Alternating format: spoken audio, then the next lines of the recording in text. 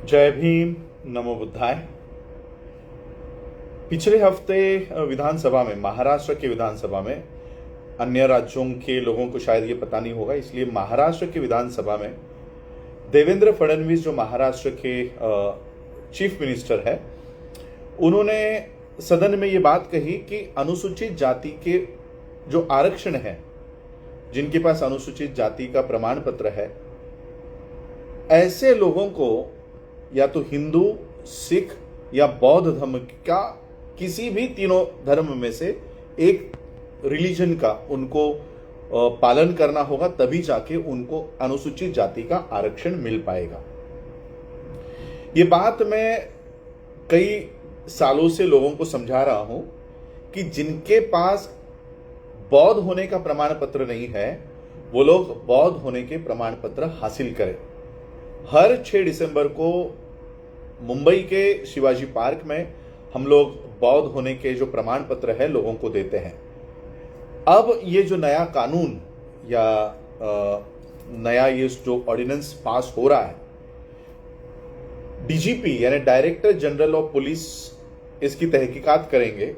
जितने भी cast certificates लेकर हमारे लोग शासन की नौकरियों में है या कोई स्कॉलरशिप्स ले रहे हैं, इनके कास्ट सर्टिफिकेट का ये पूरा वो वैलिड है कि नहीं, ये देखा जाएगा। और अभी से केवल कोई भी शासन की, केंद्र की हो या राज्य की हो, जो स्कीम्स है, नौकरियां, एजुकेशन, अब ये केवल कास्ट सर्टिफिकेट के आधार पर नहीं मिलेगी। सबसे पहले तो ये बात समझ लो, अनुसूचित जाति के लोग किसी एक धर्म विशेष के लोग नहीं हैं। अनुसूचित जाति, शेड्यूल ऑफ कास्टेस, ये एक समुदाय है। ये एक समुदाय है, इनका कोई भी रिलीजन नहीं है और इसलिए 3 रिलीजन्स के ऑप्शन इनके लिए खुले किए हैं। या तो एससी के लोग हिंदू धर्म में जाए, या तो एससी के लोग सिख धर्म में जाए, या तो एससी के लोग बौद्ध धर्म में जाए। और इन 3 धर्मों में जाने के बाद ही एससी के लोगों को उनका आरक्षण मिलेगा, अन्य किसी भी धर्म में जाने के बाद उनका आरक्षण नहीं मिलेगा। अब दूसरी कंडीशन यह है कि धर्मांतरण करने के बाद उनके पास उस धर्म का सर्टिफिकेट भी होना जरूरी है। मैं हिंदू और सिख रिलीजन के ऊपर नहीं कहूंगा। जो एससी के लोग हिंदुइज्म में गए हैं या जाना चाहते हैं, या सिख धर्म में गए हैं या जाना चाहते हैं, वो उनका सवाल है। मैं केवल बौद्धों तक ही अपनी ये बात सीमित रखना चाहता हूं कि जितने भी बुद्धिस्ट हैं, जिनके पास अनुसूचित जाति का प्रमाण पत्र है और धम्म का सर्टिफिकेट नहीं है, ऐसे लोगों को अनुसूचित जाति के लाभ नहीं मिलेंगे। महाराष्ट्र में ये कानून पास हो गया है, धीरे धीरे अन्य राज्यों में भी इसी तरह से फॉलोअप किया जाएगा। और इसलिए the Buddhist society of India, जो डॉक्टर बाबा साहब अंबेडकर जी द्वारा संस्थापित संस्था है, एटीजी अंतर्गत, चैरिटी कमिश्नर के अंतर्गत ये मान्यता प्राप्त है, ये कंडीशन रखी है कि मान्यता प्राप्त संस्था से उनके पास धर्मांतर किया हुआ सर्टिफिकेट होना चाहिए। भारत में मान्यता प्राप्त संस्था the Buddhist society of India है और इसलिए हम लोगों को कल तक ये दस्तावेज दे रहे थे, लेकिन एक कंडीशन उन्होंने उन संस्थाओं पर भी डाली है। जैसे आप मुझे सुन रहे हो, आपने मुझे एप्लीकेशन दिया कि मेरे पास नहीं है सर्टिफिकेट, मुझे वो सर्टिफिकेट चाहिए, लेकिन अब मैं आपको ये सर्टिफिकेट नहीं दे सकता।